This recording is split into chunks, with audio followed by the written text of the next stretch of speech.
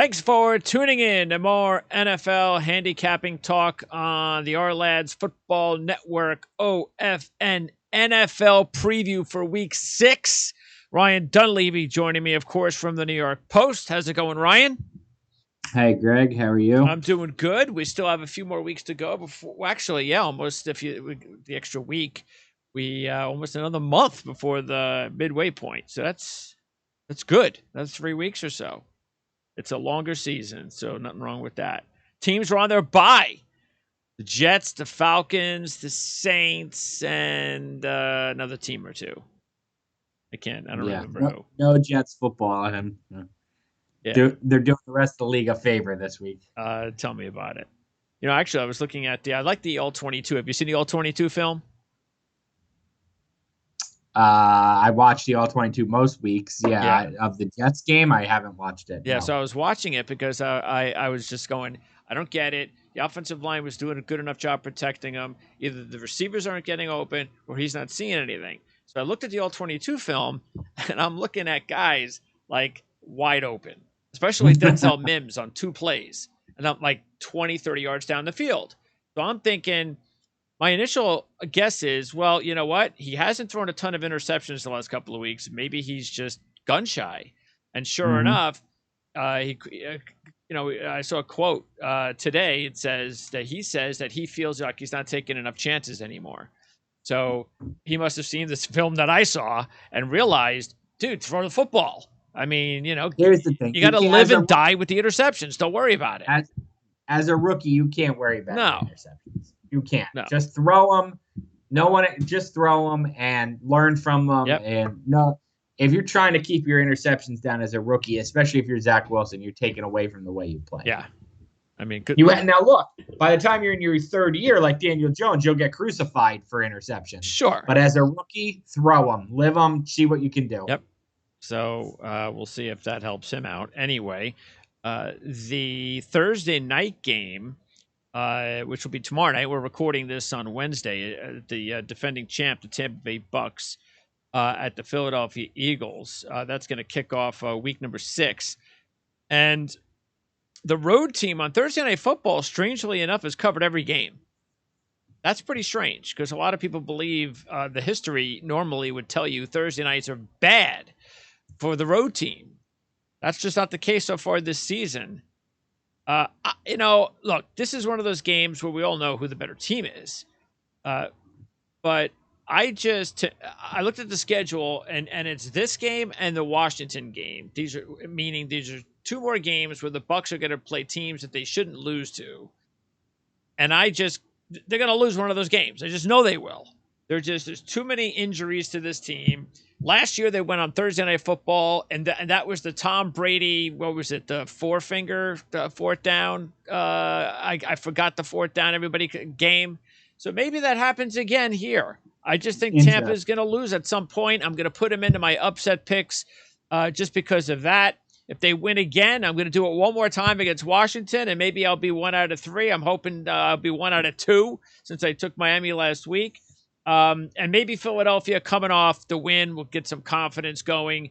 And historically, and I know this means nothing to you, but historically, the Eagles have won 7 straight games on Thursday Night Football. Yes, that means nothing. And that means nothing to me as far as making the pick. I don't mind the stats, but when somebody gives me a stat like that, tell me when. They've won 7 straight games. Like when you tell me they won 7 straight games on Thursday Night Football under Mike Tomlin, I'm like, okay, so I know when that reference is. 7 straight games on Thursday Night Football for the Eagles. Does that go back to Buddy Ryan? Well, actually, this is good just for if you're just doing the game and you want to throw some stats and records out. This isn't necessarily useful for handicapping games. Yeah, I just feel like I need to know. When you give me a stat like that, I need to know how long we're talking. I don't know how often they play on Thursday Night Football. Is that over the last 3 years or the last 25 years? Same players or different players? That's like the tidbit part of your articles. Like if you're previewing the game, like news, like notes, Eagles have won 7 straight on Thursday Night Football, that kind of thing. Yeah. I will say I think this. I couldn't disagree with you more. I think the Bucks win both these games. The Eagles, Washington. I just think having now seen most of the NFC East, the Eagles both at practice and on TV, and the Giants against Washington and Dallas. I just think the NFC East is as bad as last year, with the exception of the Cowboys. So I just don't see a scenario where these teams can compete with the Bucks. I think the Bucks win probably by 10 points this week. And the main reason is that Big shocker that I like a favorite, huh? if you're gonna take if you're gonna upset the Bucks, this is a good week to do it because Levante David's out, and three of their starting defensive backs are also out. Bucks are 0-2 against the spread on the road this year. The Eagles have covered both of their games against the NFC South and won both of their games, against the NFC South this year. They're 0-3 against the rest of the NFL. Eagles are 0-2 straight up and against the spread as home dogs on the season. Tampa Bay will host Chicago next week.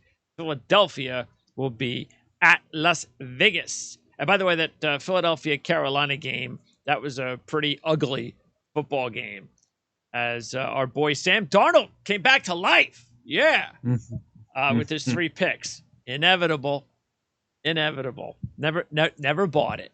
Inevitable. I mean, he's had a better season than a not better season so far. And he'll get Christian McCaffrey back. We'll talk about that in a little bit. But first, let's talk about the London game because we're going back to London.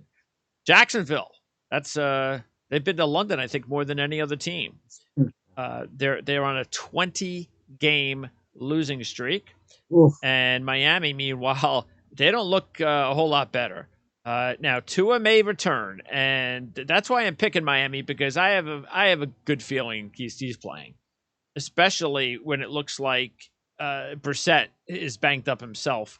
I just think they're desperate. They're absolutely desperate. They cannot lose this game. The Dolphins' thinking is if we're going to salvage our season, we must win this game. Tua's got to start. I think he's going to start. And to me, that's going to be the difference in the game. It's probably not going to be a pretty game, but I'll take the Dolphins -3 as one of my additional picks on the week. You don't know the over-under for this game? At 44, here it is, 44. And I would like the under in this game. I think it's going to be a slog. I agree with you. I think Miami will win the game. We went through the schedule either last week or 2 weeks ago, you and I, and we said this is pretty much Jacksonville's last chance for a while to end this losing streak. I just don't think they're going to do it. I think so much is wrong right there right now. It's basically a pick 'em, right? What's the spread? It's 3, yeah. It's 3. Okay. So it's not a pick 'em, it's 3. They do host Houston.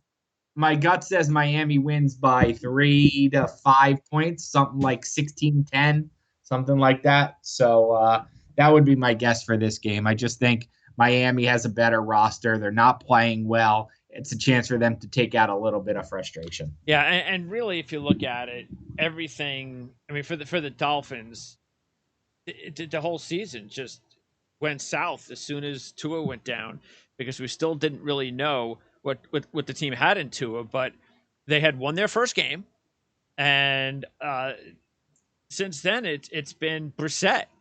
And look, this is you go out and you get a guy like Brissett, you expect to win a few of these games. Otherwise, I mean, what the hell? So, I don't think he's going to play, but that's been the disappointing part of their season is that you figure you have a quality. He is, when you compare him to a lot of other backups, he's a decent backup, and they haven't won any games with him. So it's completely lost their season. Yeah, I mean, I think you nailed it. If you have Tua as your quarterback, as long as he's your quarterback, if it works out, it could be 12 years. You're always going to need a quality backup quarterback because you can never count on him playing 17 games. And that's what I thought they did by signing Brissett, and it just hasn't worked out. We will also find out in the next several weeks. When is the trade deadline? Do we know when exactly the trade deadline is yet? Exactly, no, but it's usually Halloween, November 1st, something I like know they that. pushed it a year or two ago to later in the season. I'm not sure if that's, but anyway, the fact is that uh, what's your guess on whether Deshaun Watson gets traded? November 2nd is the answer. A couple more weeks. So what do you think? Uh, Does Watson get traded before the deadline? no, not unless there's a legal resolution before the deadline. No. There's a no team. Even if Houston decides that they are not going to ask for what they supposedly asked for I don't before. see how any team. I don't see how any team can sell that to their fan base. Okay. Yep, I just don't see it. Minnesota, Carolina. And there's more, maybe more importantly, to their sponsors. Sure. Minnesota, Carolina. Minnesota started as a 1-point dog. They're now a 1-point favorite. What a crazy ending to the Detroit game. So, they're just it's 16-6. All right, whatever. This game's just about over. Let's just get this thing over with. And then all of a sudden, just like that, thanks to the fumble, of course, see, Detroit decides, and I agree with them. The announcers were thinking Detroit was going to try the onside kick. Onside kicks just don't work anymore. I mean, it's like And they've ruined the onside kick. It's a shame. Yeah, and it is. I don't It used to be understand one of the this. most exciting. It used to be one of the most exciting plays in the NFL. Sean Payton won a Super Bowl because of an onside kick. And they've just totally ruined. I get it; it's for player safety, but there's a better way to do this. Yeah, I wish they would. I mean, have you seen those stats, by the way? The player safety stats on onside kicks. No, I'd like to see them because I don't recall players getting, like, when I see onside kicks, players limping off the field. I don't know what they're talking about, but anyway, it is. It's terrible. It just does. So I thought the decision was the right decision. It wasn't like it was a high scoring game. Minnesota fumbles the football, and Detroit, boom, scores. And all of a sudden, you're thinking Detroit's going to win the game. They're actually going to win. Minnesota's season is over. And then, of course, because it's Detroit, bang, bang, boom, 54-yard field goal. It was interesting because Joseph had just missed like a 45-yard field goal, which would have put a game away like 5 minutes earlier. And then he hits the 54-yarder to win it at the buzzer. So that's crazy. Detroit should have 2 wins. In a week where it seemed like every kicker missed every kick. Yeah. Oh, that was terrible. And I know what you were thinking because and I have said to you before, I kind of agree with what you're, especially depending on the team.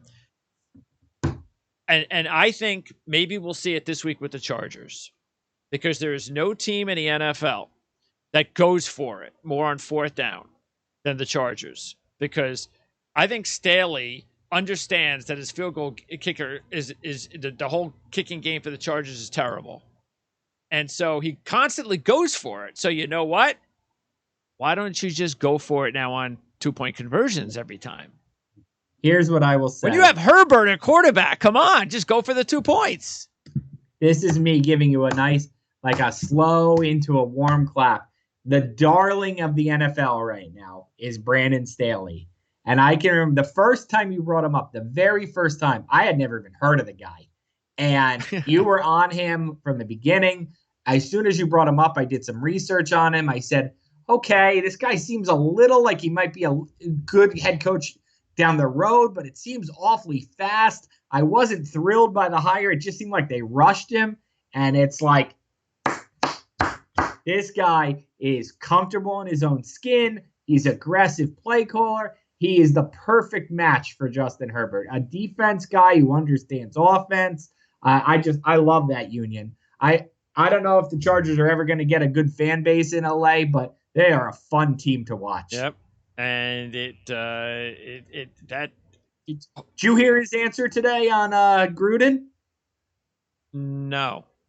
While every other coach in the league is dodging John Gruden questions in some sort of, I don't know enough details or that's not my place, Brandon Staley gave a phenomenal 1:45 answer on that everybody should look up. As the Chargers tweeted it, everybody should look at it.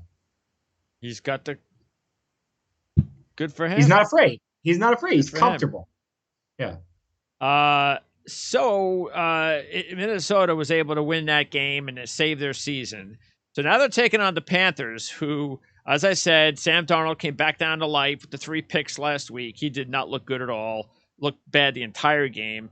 And that was your upset pick of the week, by the way. So you nailed that one. You're now 3 for 6 on the upsets for the season. What are you? What's that?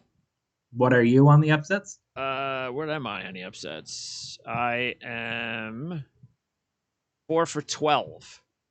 Okay. So I have a lot more, but much lower percentage. Anyway, I look at this as obviously a huge game for both teams. This is like a game that the team wins. Maybe they're the team that gets to the postseason, the other doesn't. And I just think Minnesota is still a little bit of a better team. I'm going to take Minnesota in this one. Interesting. Cook and McCaffrey, both star running backs, both looking like they're going to return in this one. And both teams need him to return in this one, too. Yep. Agree. I think I'll take the better team, which is Minnesota. But they have not impressed me. I thought they were a playoff team preseason. I'm not sure either of these teams is a playoff team. I think both these teams are trudging along to 8-9 kind of records, which is a disappointment for Minnesota and probably a step in the right direction for Carolina.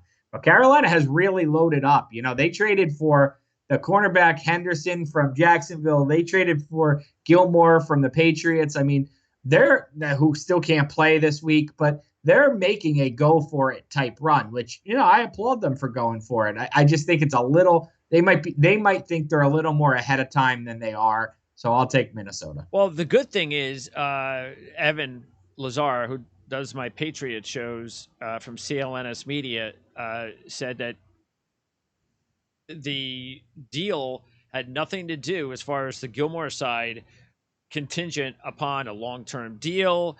Gilmore is from the area, and because of that, Gilmore is not even going to ask for an extension. So it's a really great situation for Carolina because, like you mentioned, the Henderson deal, that's a young kid. They got him under control for 3 or 4 years. Gilmore's there for at least a couple of years. So, if they don't make it this year, they're still at least going to have everybody back in 2022. The big question is, again, do they have the right quarterback? That's going to be something that they're going to have to find out. All right. So, and look, Minnesota should have beat Arizona, an undefeated team, and they've had Cook out the last couple of weeks. I do like the fact that the defense has played much better over the last few weeks. That's been the issue, of course, for them. And if they can continue to play good defense, get Cook back, then, but they got to beat Carolina first.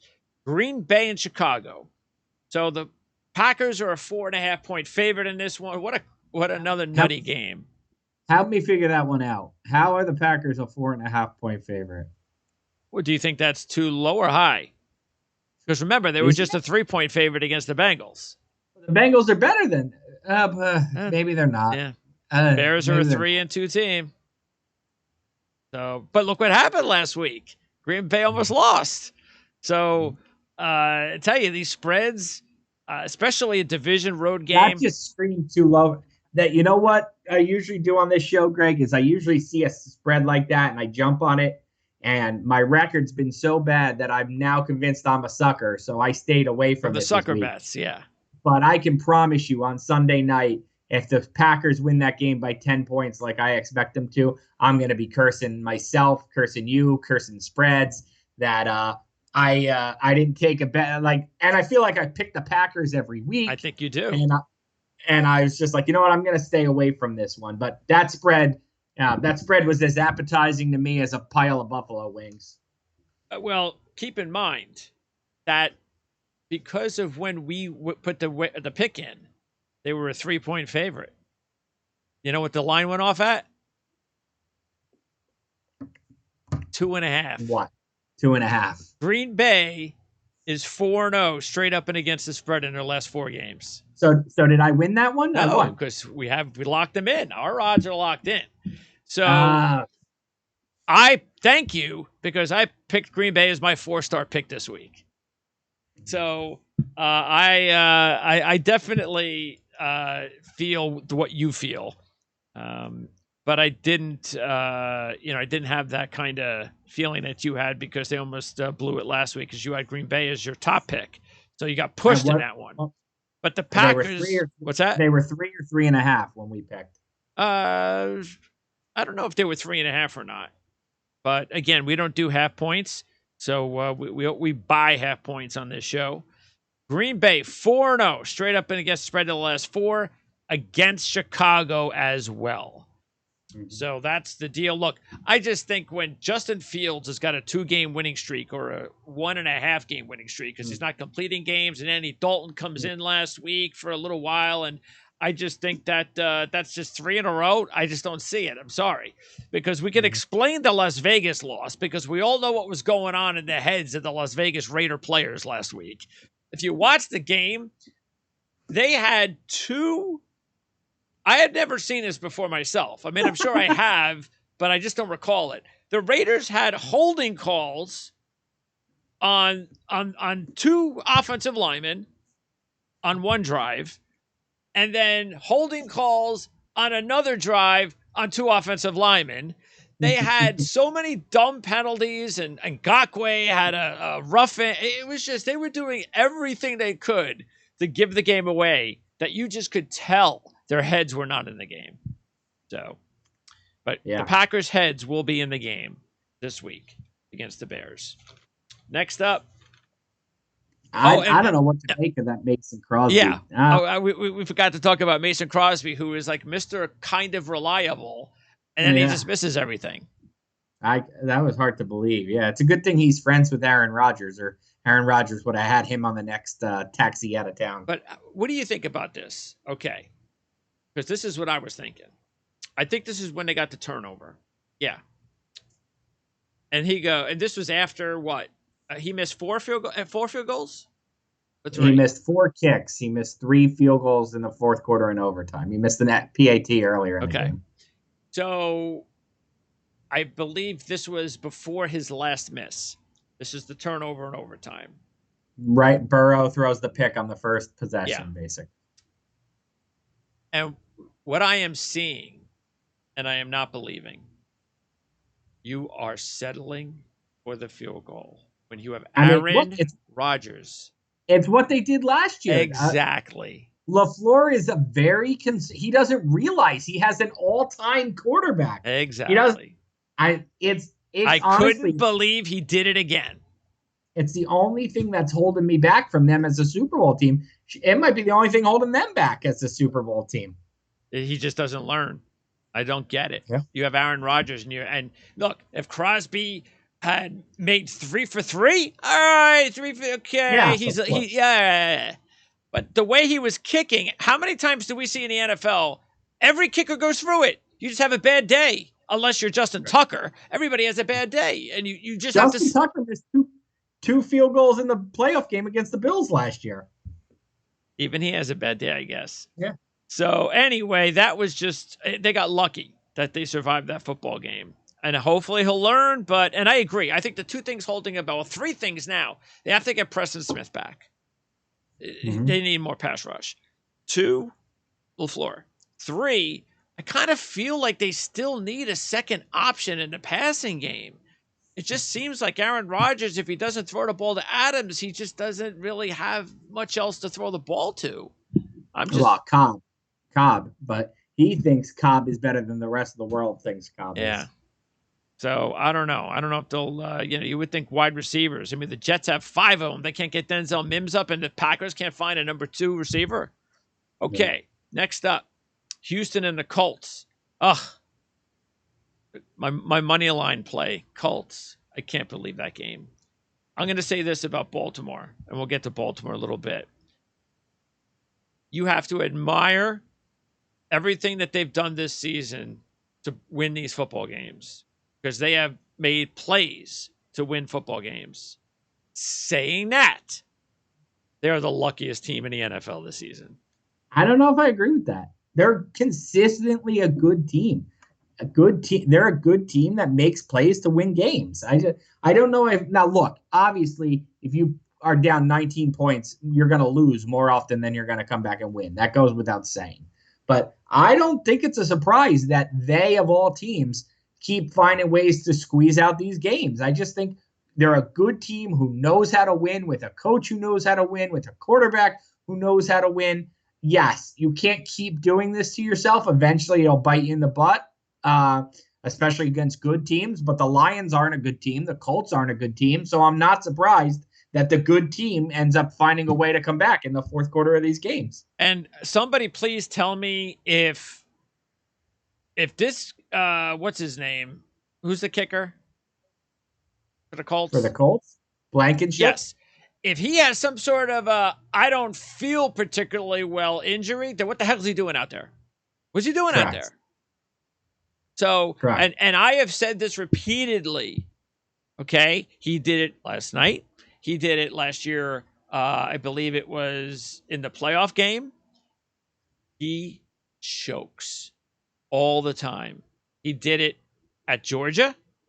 He choked in big kicks at the Bulldogs. And once again, he's doing it in the NFL. He makes all the regular kicks, but then when the big time, the big stage, and everybody's watching, he misses them. And I don't want to hear injury, because if he's out there, he's playing, then he's healthy. But if he was hurt, then that's Frank Reich's fault. He should never have had him out there, because they lost the football game, because they didn't have a field goal kicker. Anyway, Colts now in desperate mode. They're finally playing a team that they should beat. First time they're favorite this year. They've beaten Houston 7 out of 8 straight up and against the spread. Houston, meanwhile, I was talking with Evan about this on the Pat show. Serious, that might have been the worst performance by the New England Patriots under Bill Belichick, in a situation where you just expected them to roll over, especially a rookie quarterback. It was a disgusting performance, and they still won. But I think the Colts are just like, I think they're finally going to break out, because they're playing a team that they should win. And that's why I'll give the 9 and make them an additional pick. I would actually take the Texans in this game with the spread. I just think the Texans are doing this thing that's very unusual. I don't think they're playing up to their opponents. They're dragging their opponents, almost like, that scene at the end of Ghost where Tony Goldwyn gets sucked back by the demons. They like pull his soul. That's what the Texans are doing. They're like pulling your soul back to their level and getting you to play down to their level of competition. They're like, we're not good, so we're going to make sure you're not good. And the Colts are not good, so it won't be very hard for them. 9-point spread in this game seemed way too high to me. If it was 6, I might have entertained the Colts. 9, I'm not touching it. Because I honestly, if I had to, I would pick the Texans, and I can't bring myself to pick the Texans. Well, this is going to tell us a lot about the Colts if they struggle in this game, because look, they had a game earlier this year that they were very close to beating the Rams. They lost that game by 3. They lost that game last week to Baltimore in overtime. Field goal goes in. They beat a good Baltimore team. They've had a very tough schedule. They've had a banged up Carson Wentz. So, okay, if I'm going to give them some excuses, okay, now go out against a bad team and take care of business. So if they don't, but I think they will. All right, next up, speaking of the Rams, they take on the New York Giants. And I love it, like you pick against the Giants every week, which is it's just funny. The Rams are going to be your 5-star pick of the week as a 9-point favorite. I was inching towards taking the Rams. Is there a 10-star? Do we offer 10 stars? I was inching towards taking the Rams in this one. I just decided, it's a lot of points, road team, that kind of thing. And we still don't know yet. Hold on a second. You just didn't you just take the Colts? I just said road team. But you just took the Colts. Yeah, but they're at home. But they're bad, and the Texans are bad. The Rams are good. The Colts are not as bad as Houston. Stop. So, no, I just think that this is one of those. Look, the Rams, you saw it last year. Sometimes one team has got another team's number. The Giants were a 13-point dog in LA last year as a winless team, I believe. And that was a close football game. Anyway, look, the Rams are in the midst of a 3-game week schedule. Giants, Detroit, Houston. So I think they've already looked at that schedule and they're already like this. So I don't know if they wake up to cover the spread. I'm sure they could if they would. Daniel Jones, we don't know if he's going to play. Barkley, Galladay, we don't know if they're going to play. Oh, I know they're not going to play. They're not going to play. They're not practicing. Barkley and Galladay will not be in this game. Jones could be in this game. Barkley and Galladay will not be in this game. Yeah, so Jones, I mean, that's obviously the bigger one. But Barkley, look, we said it after they beat the Saints. He's just such a big difference maker when he's on the field and he's not on the field. And you take him off the field, it's just not good for the Giants. And then Galladay, Shepard, it goes down the line with all these injuries. Shepard and Slayton should play in the game. Oh, they're going to be back? Galladay and Saquon probably will not. That's good. Look, I saw a stat like the Rams are something like 1-9 against the spread in this series with the Giants. So, like, I could see where you're scared by that spread. The Rams are good. The Giants are not good. They're without Galladay and Barkley, who are their two best playmakers, or two of the three if you want to count Shepard. The Giants' defense can't stop anybody. I mean, it's an abomination, their defense. It's got to be one of the worst in the league. And I think really the problem is it's not going to get any better. They're not hurt. They're not missing players. They're not adjusting to a new scheme. They're just not good. That's it. They're just not good. They can't stop their run. They can't stop the pass. They can't stop in the red zone. They can't stop their downs. They're just a bad defense. And the Rams are a good team. And the last time that you mentioned last year's game, well, I'll mention I guess it was probably 3 or 4 years ago. The Rams came to New York and beat the Giants something like 51-17. So that's probably the one in the 1-9 against the spread is a 51-17 blowout loss. Unless you're in the division, I don't really pay too much because those teams hardly ever play each other. Yeah. So look, I mean, I don't think it'll be 51-17. I don't think that, but it was 44-20 last week against the Cowboys. Well, look, we know that's what's the NFL. We know that if the Rams had to win the football game by 20, they'll go out there and win the football game by 20. Yeah. But it's the NFL. We don't know. Are the Rams going to be sluggish? I don't think they have to be at full click. I agree. Capacity. I agree. I mean, the Cowboys fumbled on the 2-yard line last week and still scored 44 points. I agree. So I think there's room for error for the Rams in this game. There's room for a West Coast sleepwalk in this game, and they still win the game by 14 points. So like I said, I was this close to taking the Rams. I just decided, I'll stay out of it. But I can completely see where you're going here. By the way, last year I got to week 8 of a survivor pool just picking against the Giants and the Jets. Like that was it. The only two teams I picked against were the Giants and the Jets, and I got to week 8 of a survivor. There you go. So, I think sometimes you just have to realize these teams are bad. I wrote this week for the Post. I wrote the NFL could have an edition of Tale of Two Cities. The NFL edition is New York, this decade-long wasteland of NFL football, and Los Angeles, which didn't even have a team 5 years ago, could have the 2 Super Bowl teams playing in the LA Super Bowl stadium. Yeah, that'd be wild. You want to talk about a team, a city that's thriving and a city that's not. Yeah. Jeez. And the funny thing is the city that's thriving, could care less. Especially the one team from the AFC. Correct. They're into the Rams. Yeah. Remember we talked about how good the Giants' run was as a road dog? As a home dog, 4-15 against the spread in their last 19. Okay. Next up, the Chiefs. Super Bowl hangover, Chiefs. Clyde Edwards-Helaire, injured reserve. So it's Darrell Williams week. They're a 6.5-point favorite at Washington. Washington just 1-4 against the spread this year, which is why I'm not touching this game. Chiefs 2-13-1 now, last 16 against the spread. They have Thuney banged up, Tyreek Hill banged up. Washington's only wins this year are against the Giants when they get the second chance field goal And the and beat foul. Atlanta when they were down late, like a couple of scores. Yeah. Or they could be winless right now, Washington.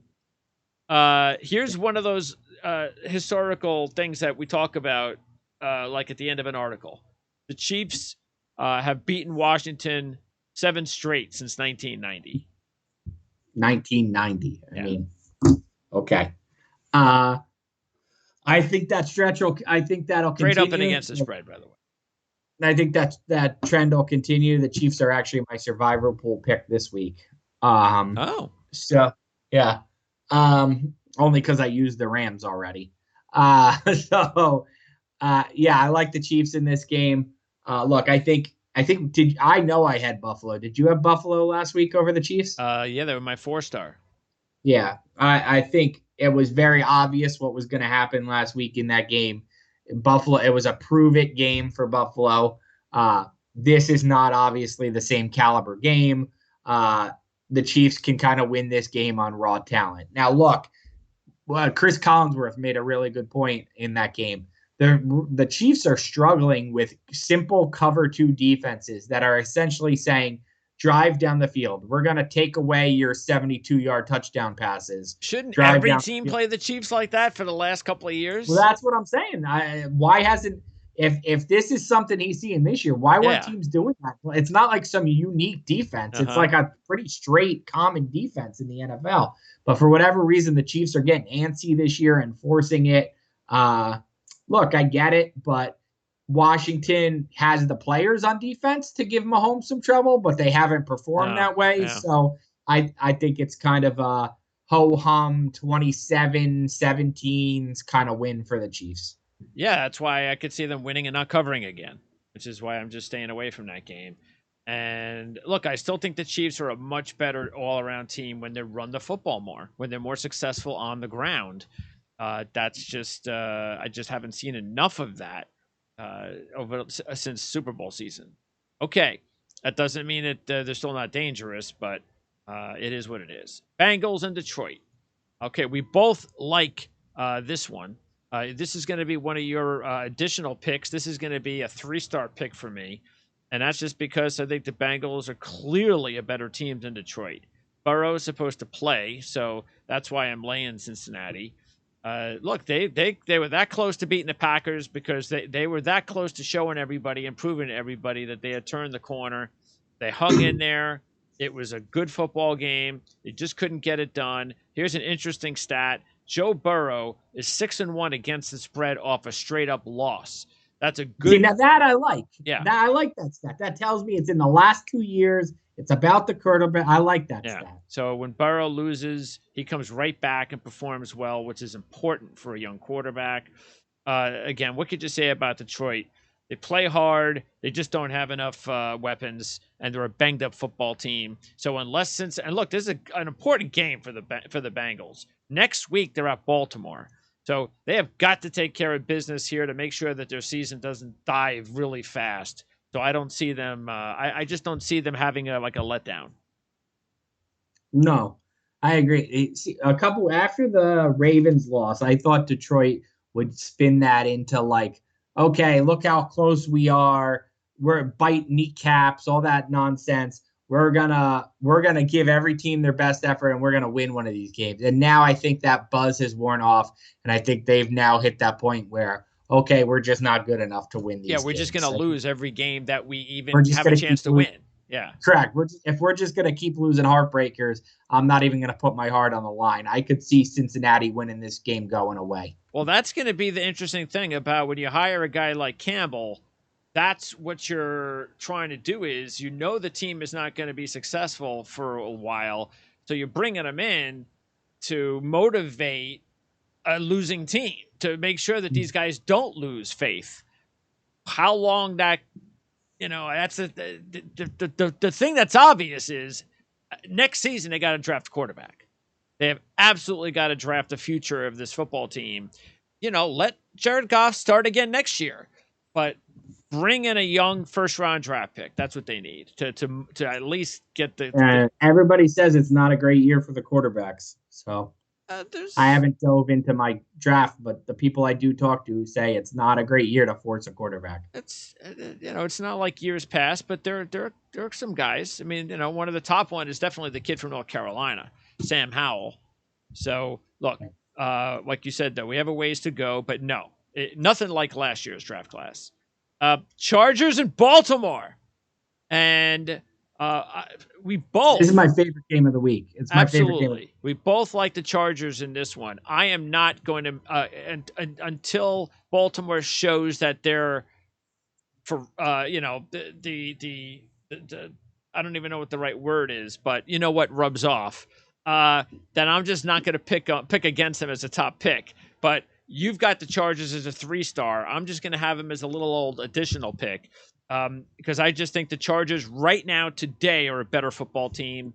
And last week's win is going to go, you would think, a long way to boost their confidence.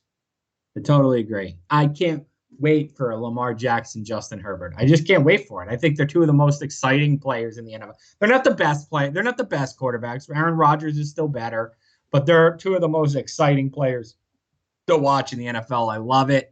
I think it's high scoring. I don't know if it's 47-42 like Chargers Browns was, but I can certainly see the Chargers to me look like a team that can win any kind of game. You want to play them low scoring, they can win. You want to play them high scoring, they can win. You want to play close, they can win. They can blow you out. Like that to me, that's the kind of team that can really make some noise in an NFL season. Baltimore, like I said, I think they know how to win games.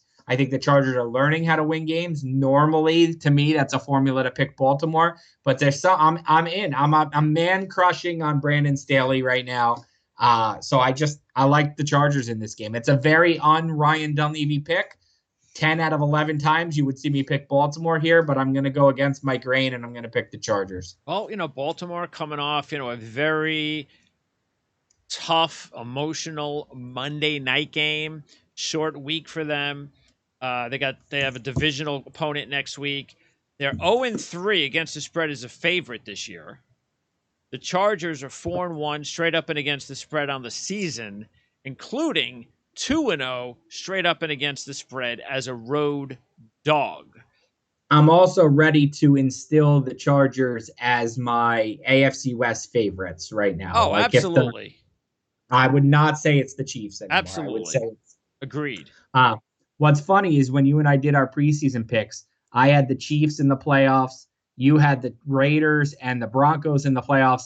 Did either of us have the Chargers in the playoffs? I know I was high on them, but I don't think I put them in the playoffs. So I think we had everybody but the Chargers in the playoffs. But it was like the NFC West, where it was like everybody was tight. It was just, For you, I didn't see it that way at all. I mocked you endlessly for picking the Raiders and the Broncos. I didn't see it that way as everybody tight. You did. Yeah. So tip the cap. Not that that's going to happen anymore. Now it's for the Raiders, though. It might not, but it has so far. So I'll tip the cap, and then you can tip it back to me at the end of the season when those two teams are both 5-12. So, yeah. Speaking of Cleveland, wow, that was just a bad way to lose. They should not have lost that football game. And you know what it was? They had that moment where they were just killing Chargers defensively, just running the ball, throwing the ball, doing anything they wanted to. And then they get the ball with that, obligatory last 2.5 minutes. Okay, all we need is a first down or two, and they go 3 and out. And it was like, what the? And I like Hunt because I have Kareem Hunt on one of my fantasy teams, but they didn't even run the ball to Chubb.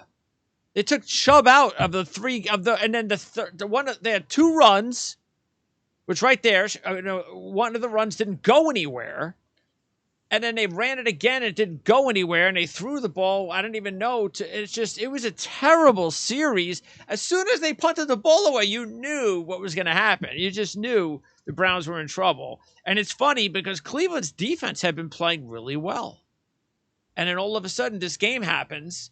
It's what? Does JV and Clowney mean that much to their defense?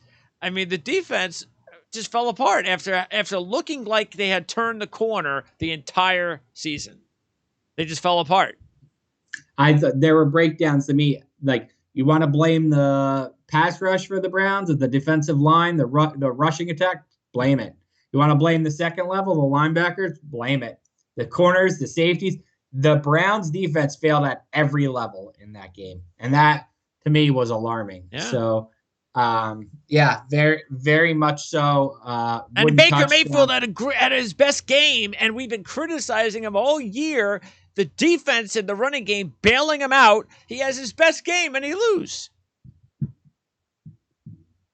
Yeah, no, exactly. I mean, Crazy. they just gave up big play after big play. The Chargers weren't driving down the field. It was just big play after big play. They had no answer for Eckler. That was I had told didn't I think I had said on this show for a couple weeks that I didn't like the way the Browns were playing. It felt like they slept walked through their 3-game winning streak, and they got punched in the face. So that's probably what they needed. Well, and I think that it's going to do them well because look, Arizona is having a great start to the season, no doubt about it.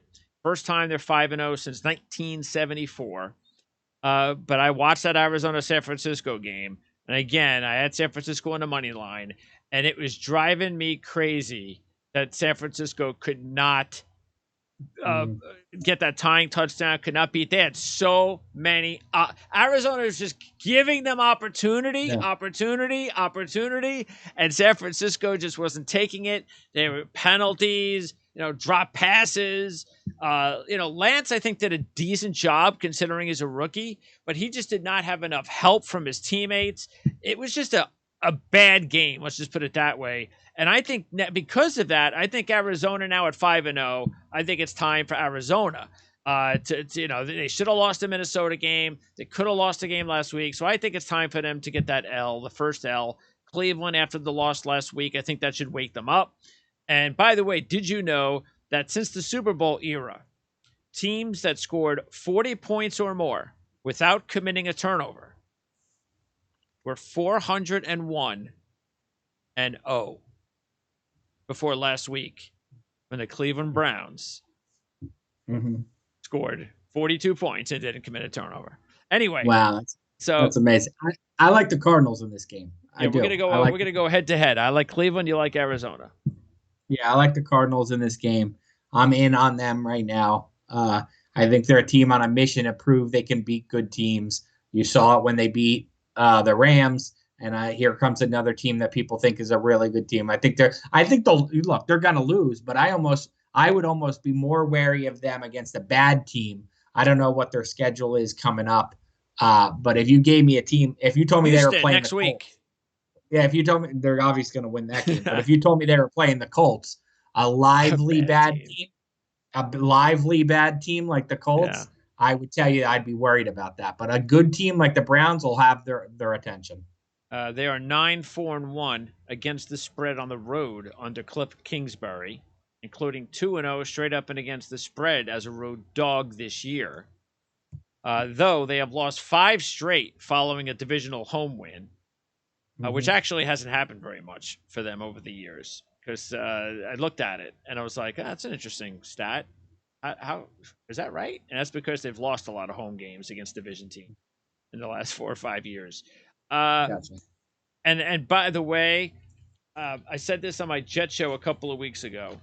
It's not going to happen. It doesn't have to happen now this season, but during the off season, maybe he'll become a free agent. And if he does, the Jets need to sign David Njoku. They need to get a really good tight end in that offense. And there's no way the Cleveland Browns are going to pay Njoku what he wants. They already have 2 other tight ends. So I think the Jets should sign Njoku with the offseason. New Jersey native. Oh, even better. Okay, Dallas and the Patriots. Cowboys are a 3.5-point favorite, down from 4.5 a couple of days ago. And this is a game that you and I both like. You have the Cowboys as your official 4-star. And like I said, the Patriots, they deserved to actually lose the game last week against Houston. But they found a way to win late, so give them credit for doing that. First time the Cowboys are a road favorite this year. But they're a 5-0 spread team on the season, including that Week 1 game against Tampa Bay, when they nearly beat the Bucks, and that should have been an indicator of the kind of season the Cowboys were going to have. The Patriots, meanwhile, are 0-3 at home this year. And Bill Belichick has never lost to the Cowboys. So I think he's going to lose this week, though. I do too. I just look. I know people who saw the Patriots in the preseason. And they said, "Look, they're not very good." They said, "Get out of here." They spent $300 million in free agency. They're not going to be bad, and they're bad. they're bad. I mean, they played the Bucks tough. Obviously, I'm going to throw that game out because there was too much emotion involved in that game for them not to play tough. So I think the team that played the Texans is kind of who the Patriots are. So the Cowboys to me are explosive all around. Turnover laden defenses scare me. Defenses that are overly reliant on the turnover scare me. And that's what the Cowboys are. They don't get a ton of stops, they get a ton of turnovers. And when those turnovers go cold, you're going to allow points. I don't think Mac Jones is the type of rookie quarterback to throw a lot of turnovers. That scares me. But there's just no part of me that thinks that the Patriots can keep up with the Cowboys offense. The Cowboys, I just saw it in person. It is unbelievably good. Dak Prescott is every bit of an MVP candidate right now. To me, he's going to put up, 31 points, and I can't see the Patriots hanging in. Yeah, I think this is one of those games, a late game of the week, national TV type game, even though there's going to be two of those with Cleveland and Arizona. But this one is probably the top one, I would guess, because it's Dallas and New England. I think Dallas knows how important this game is. And because they lost their other road game at Tampa, this is important. And I just don't see them, and I know New England almost lost to Houston, but they know that this is a big benchmark type of game for them. And I think, they've just about passed every test so far this season, and I see no reason why they won't continue. Look, when Gilmore was traded, I think that was really a nail in New England's seasonal coffin, because I think a lot of people just felt, all right, they'll get Gilmore back. That'll help them out. But now that he's out and he's not coming back, that's just New England's not going to get anybody else that's going to help that secondary out, which is definitely an issue at this point. Matt Judon has been awesome as a free agent pickup, but other than that, they don't have a whole lot in the pass rush game, and they also have no running game. The running game has been a disaster. They traded away Sony Michel probably earlier than they should have. The rookie Stevenson has been a bust. James White's out for the season. It's a big part of their offense. And by the way, they started 4 backup offensive linemen last week. Yeah. So. Sounds like the Giants. All right. Next up, let's go with Vegas Denver AFC West matchup. And again, Vegas, there was no surprise. I can't believe it. They were my 3-star pick, and I'm sitting there after the Gruden thing, and I'm like, oh, I guess this probably wasn't a good pick, especially after the first quarter. You knew what was going on with Vegas's heads. But now it's over. At least one part of the story's over. So, I think there's a chance that because that's kind of over, that they come out and they have at least that first game of, all right, we sucked, let's get it out of our system, and divisional game. They're an underdog against a team that they've really handled the last 3 or 4 years. They've owned this series, winning 5 of the last 7. Meanwhile, Denver is not good in this spot. They're 0-6 against the spread in their last 6 as a division favorite. And this is actually the bad part of Teddy Bridgewater. We talk about how good he is as a spread quarterback. This is the worst part of Teddy Bridgewater as a spread quarterback. He's just 4-7 straight up and against the spread in home divisional games. So I'm taking Vegas and the points. You're taking Vegas to win it outright. Yeah, I like everything you said about the numbers. I looked at those. I agreed with you. And I would say the other thing is I totally agree with you on is I just think there's that first shot in the arm. Everything I've heard is the interim head coach is really well liked in that building, even though he's been with Gruden for a long time. He's his own guy.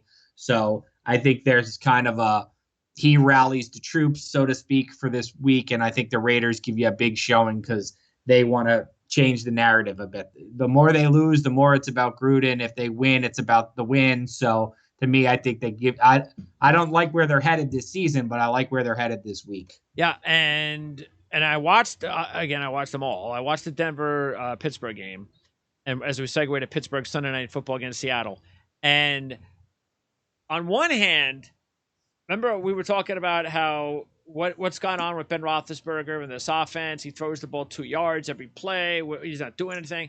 And I said, but I saw him throw some deep passes, and they were okay. Why aren't they doing more of it? Well, they started doing that against Denver. They started throwing the ball. Ben Roethlisberger, it's funny, on the first few series, was throwing these passes that Denver DBs were like barely missing. They were perfectly thrown, or else, they would have been tipped or picked off. He had like the game of the year for Roethlisberger. Yeah. Everything was perfectly thrown. And Denver just fell asleep in the first part of the game. They didn't play well. They were sluggish. Bridgewater did not look good early. They make the run, and then they just couldn't get it done. But Pittsburgh played their best game. Now we'll find out if they can take advantage without Russell Wilson. Yeah, to me, this game's about Geno Smith and for Russell Wilson. And everybody was fired up to see Geno play well coming off the bench. We've seen quarterbacks who can do that, who, can come into the middle of a game and kind of freelance and play well. It's a totally different animal when the opponent has an entire week to scout against you. Yep. And Mike Tomlin has an entire week to scout against Geno Smith, who we know is not a very good starting quarterback. So, look, I'll say this. A coach, not Ben McAdoo, a coach in the NFL told me that he thinks Geno Smith is one of the 32 best quarterbacks in the NFL and should still be starting today. He told me that before Geno Smith played. He told me that last week, and I was like, get out of here. And then he played really well, and I was like, you know what? Maybe if he does it this week with Pittsburgh having a week to prepare, then I'll believe it. For now, I'll pick Pittsburgh's defense in this game. Well, remember I told you that there are there's a good percentage of situations where, and not just because he came in and already played in relief, but when that backup quarterback gets his first start, yes, you are going to have that game where the team is going to rally around him. The question is, does Geno Smith play well enough when the team rallies around him? Now, a couple things. Pittsburgh is 0-2 straight up and against the spread as a home favorite this year. So they haven't handled this spot very well this season. Keep in mind, Geno Smith is 9-3-2 against the spread as a dog of 4 or more points. And I think that would be surprising to a lot of people because they'd think, well, a lot of that was with the Jets. They weren't a very good football team. And I watched Geno obviously play a lot. I always felt Geno was like in the same category as some of these other quarterbacks the Jets have had, including Sam Darnold. He didn't have a lot of talent around him, and it was very hard to judge him. And there were spots when he played well, and you said, "Well, I like what he's doing. He's got a good arm, things, But there wasn't enough of that.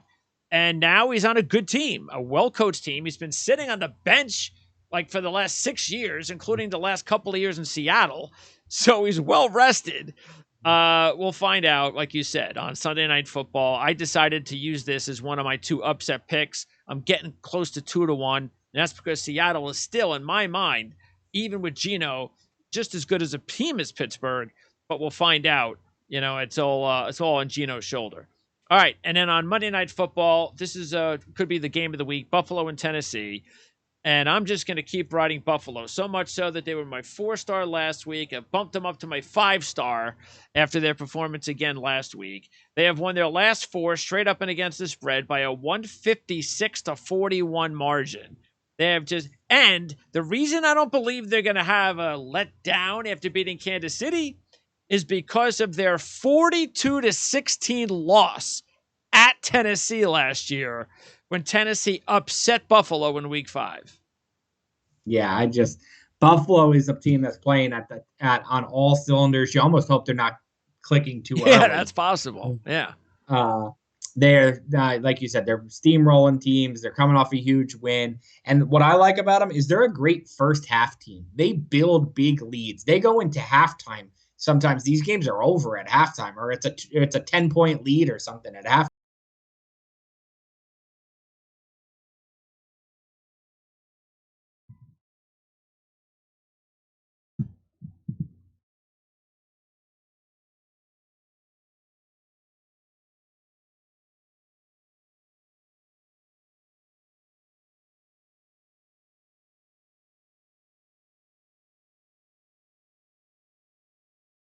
and this is a tough beginning of a very tough stretch for the Titans schedule. They play Buffalo Monday night, then they play the Chiefs, then they go at the Colts, at the Rams, and then host the Saints. So this is going to be a tough 5 weeks for Tennessee, and it's not like Tennessee's had a good year so far. You know, they've had that moment at Seattle when it looked like, and we still don't know about Julio Jones. He may not play again this week. We have no idea. Bud Dupree was out again last week. He hasn't done anything yet for them. A couple of things that work for Tennessee in this one. The home team this year on Monday Night Football is 5-0 straight up and 4-1 against the spread. And Tennessee has won 4 straight up and against the spread on Monday Night Football home games. But I don't care about any of that because I'm taking the Bills to win this one and cover the 5 points as my 5-star pick of the. And there are all the picks. I'm showing all the picks right now for us. Week 6.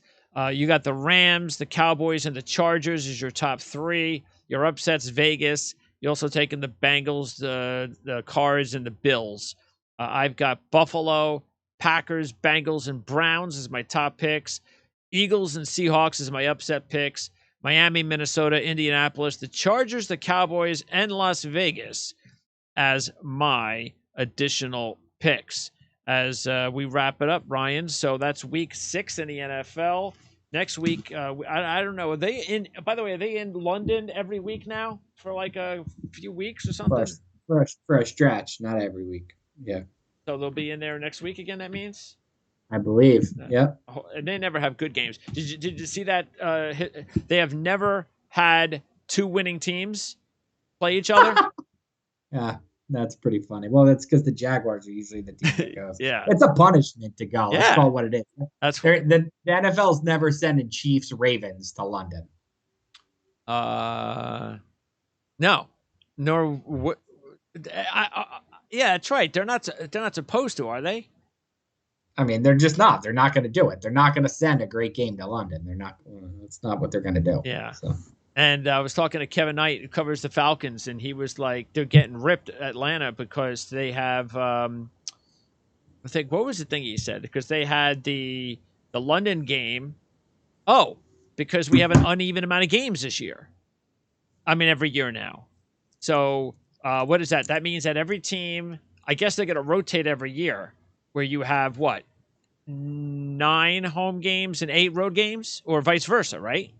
So it rotates every year. So Atlanta has 9 road games, and they're sending Atlanta as the home team to London. That's that's a pretty jippy kind of situation. Yeah, it is. Yeah. You know. By the way, Miami plays next week. I saw that. I thought every team has a bye after London. Yeah, that can't be right. I saw it as a bye. I mean, I saw them playing next week, so I don't know. All right, Ryan, appreciate it. We'll talk again, hopefully tomorrow, maybe, or sometime some Rutgers football, which I can't wait. And we'll talk next week as we talk week 7 in the NFL. All right. Sounds good.